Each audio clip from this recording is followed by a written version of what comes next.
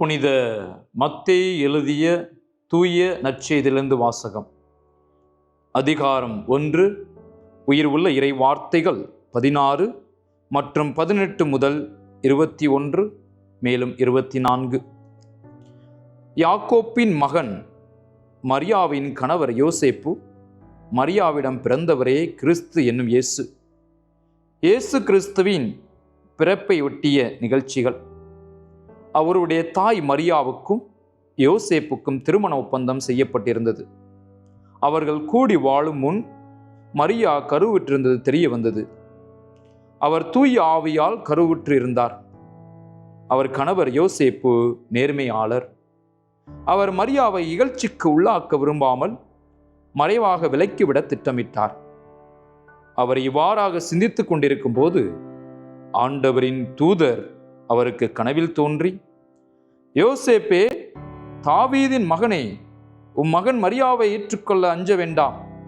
ஏனெனில் அவர் கருவுற்றிருப்பது தூய ஆவியால் தான். அவர் ஒரு மகனை பெற்றெடுப்பார். அவருக்கு இயேசு என்னும் பெயரிடுவீர்.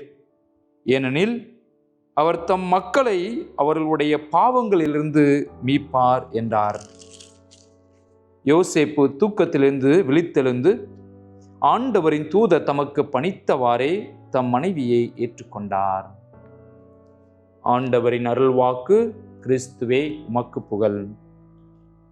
இயேசுவில் எனக்கு மிகவும் பிரியமான சகோதர சகோதரிகளை, இன்று தவக்காலம் 35வது நாளில் நாம் அடியெடுத்து வைத்திருக்கின்றோம். இன்று நம்ம எல்லாருக்கும் ஒரு மிகப்பெரிய மகிழ்ச்சியான நாள்.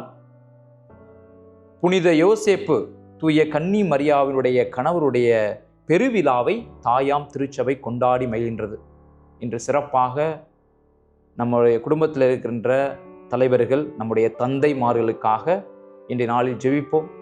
அவர்கள் இந்த குடும்பத்திற்காக எடுக்கின்ற ஒவ்வொரு முயற்சியையும் ஆண்டவர் நிறைவாக ஆசீர்வதிக்க வேண்டும்.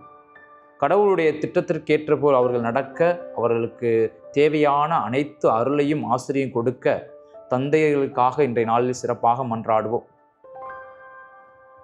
இன்றைய நாளில் நம் நற்செய்தி எடுத்து பார்த்தோம் என்றால், அந்த மத்தேயு நற்செய்தியில் தெளிவாக இன்னைக்கு ஆண்டவராகிய கடவுளுடைய திட்டத்தை ஒரு குடும்பமாக நிறைவேற்றுகின்றார்கள்.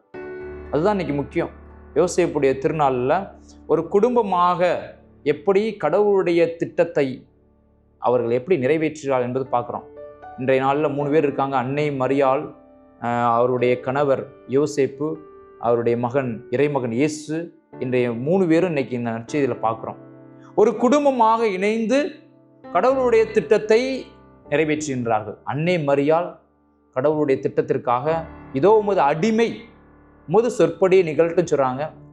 இங்கே ஒருத்தர் நேர்மையான ஒரு மனுஷர் சொல்றாரு, தூக்கத்திலிருந்து எழுந்து கடவுளுடைய வார்த்தையை சொன்னதுக்கு அப்புறம், கடவுளுடைய திட்டத்தை புரிந்ததுக்கு அப்புறம் தூக்கத்திலிருந்து எழுந்து அதுக்கப்புறம் எந்த வார்த்தையும் பேசல, ஒரு வார்த்தை கூட சொல்லல, மனைவியை ஏற்றுக்கொண்டார். அதுக்கப்புறம் அவர் யோசிக்கலை, அவன் மறைவா விலக்கிவிட நினைக்கிறாரு. இந்த கடவுளுடைய திட்டத்தை உணர்ந்த உடனே எந்த ஒரு சிந்தனையும் அவருக்கு வரல.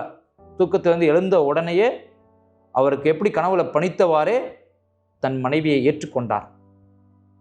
அதே போல இறைமகன் இயேசு நம்முடைய பாவத்திற்காக, மீட்புக்காக கடவுளுடைய திட்டத்தை ஏற்றுக்கொண்டார். அந்த கல்வாரி பலியை ஏற்றுக்கொண்டார், கல்வாரி பயணத்தை ஏற்றுக்கொண்டார். அது கடவுளுடைய திட்டம். அன்னை மரியாளும் புனித யோசேப்பும் இறைமகன் இயேசுவும் இந்த 3 பேரும் குடும்பமாக கடவுளுடைய திட்டத்தை ஏற்றுக்கொண்டு நிறைவேற்றினார்கள். இன்றைக்கு நம்முடைய வாழ்க்கையிலும் நாமும் குடும்பமாக இருக்கின்றோம், குடும்பத்தோடு இணைந்திருக்கின்றோம். நாம் குடும்பமாக இணைந்திருக்கின்ற தருணத்தில் நம் குடும்பத்தில் கடவுளுடைய திட்டத்தை உணர்கின்றோமா? யோசேப்பு வாழ்க்கையில் நடந்தது போல நம்முடைய வாழ்க்கையில நடக்கலாம். அன்னை மரியாவுக்கு கிடைச்ச கஷ்டத்தை போல நமக்கு நம்முடைய வாழ்க்கையில கிடைக்கலாம். இறைமகன் இயேசுப்பட்ட துன்பம் போல நம்முடைய வாழ்க்கையில கிடைக்கலாம். இவங்களுக்கெல்லாம் இந்த துன்பம் எப்படி வந்தது என்றால் கடவுளுடைய திட்டத்தை ஏற்றுக்கொண்டதால் கிடைச்சிச்சு. நாமும் நம்முடைய வாழ்க்கையில கடவுளுடைய திட்டத்தை ஏற்றுக்கொள்ளும் பொழுது துன்பங்கள், கஷ்டங்கள் எல்லாம் நம்முடைய வாழ்க்கையில வரும். ஆனால் அவருடைய திட்டத்தை நிறைவேற்றும் பொழுது நாம் எல்லோரும் அந்த விண்ணகத்தில் அவரோடு மகிழ்ந்திருப்போம். அதுதான் நமக்கு இன்னைக்கு இன்றைய பெருவிழா நமக்கு நினைவுபடுத்துகின்றது. யோசேப்பை மட்டும் நான் சொல்லல, யோசேப்புன்னு சொல்லும் பொழுது குடும்பம் தான் நமக்கு ஞாபகத்துக்கு வரணும். குடும்பத்தோடு இணைந்திருக்கின்றோம். அவருடைய திட்டம், கடவுளுடைய திட்டத்தை நிறைவேற்றினார். ஒரு நேர்மையாளராக இருந்தார். கடவுளுடைய திட்டத்தை உணர்ந்தனால தான் அவர் நேர்மையாளராக திகழ்ந்தார். இன்றைய நாளில் நாம் சிறப்பாக இந்த பெருவிழா நாளில் புனித யோசேப்பு நம்முடைய குடும்பத்திற்காக பரிந்து பேசுவார். நம்முடைய குடும்பத்திற்காக நாம் செய்கின்ற ஒவ்வொரு தொழிலையும், நாம் எடுக்கின்ற ஒவ்வொரு முயற்சிகளையும் புனித சூசையப்பர் நம்மை நிறைவாக ஆசீர்வதிக்கும் என்பதற்காக ஜெபிப்போம். இந்த நாளில் நாமும் நிறையா திட்டங்கள் தீட்டியிருப்போம். நம்முடைய திட்டங்கள் நிறையா திட்டங்கள் போட்டிருப்போம். நிறையா சாதிக்கணும்னு நினச்சிருப்போம். நிறையா காரியத்தில் நம்ம வெற்றி அடையணும்னு நினச்சிருப்போம். இதெல்லாம் இது இயல்பு, மனித இயல்பால் வர்றது. ஆனால் இந்த திட்டங்கள்லாம் நிறைவேறாமல் போகலாம். ஆனால் கடவுளுடைய திட்டத்தை நம்ம செய்யணும். கடவுளுடைய திட்டத்திற்கேற்ற போல என்னுடைய செயல்பாடுகளும், என்னுடைய சொல்லும், என்னுடைய செயலும் இருக்கும் அப்படின்னு நினச்சி கடவுளுடைய திட்டத்திற்கேற்ற போல இருக்கும் பொழுது, செய்யும் பொழுது, நடக்கும் பொழுது நம்முடைய குடும்பத்தில் கண்டிப்பாக அது நடக்கும். கடவுளுடைய எண்ணம் என்ன, கடவுளுடைய சிந்தனை என்ன, கடவுளுடைய திட்டம் எனக்கு என்ன அப்படின்னு நம்ம கடவுள்கிட்ட கேட்டு உணர்ந்து அதை கொடுக்கும் பொழுது அது நிறைவாக கண்டிப்பாக நம்முடைய வாழ்க்கையில் அது நிறைவேறும். சிறப்பாக இன்றைய நாளில் மன்றாடுவோம்.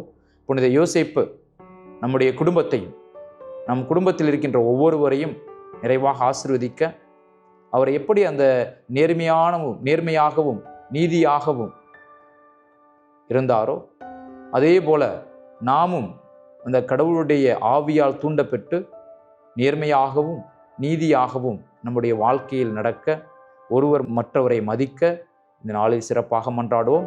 இறைவன் என்றென்றும் வாழ்த்தப்படுவாராக. ஆமீன்.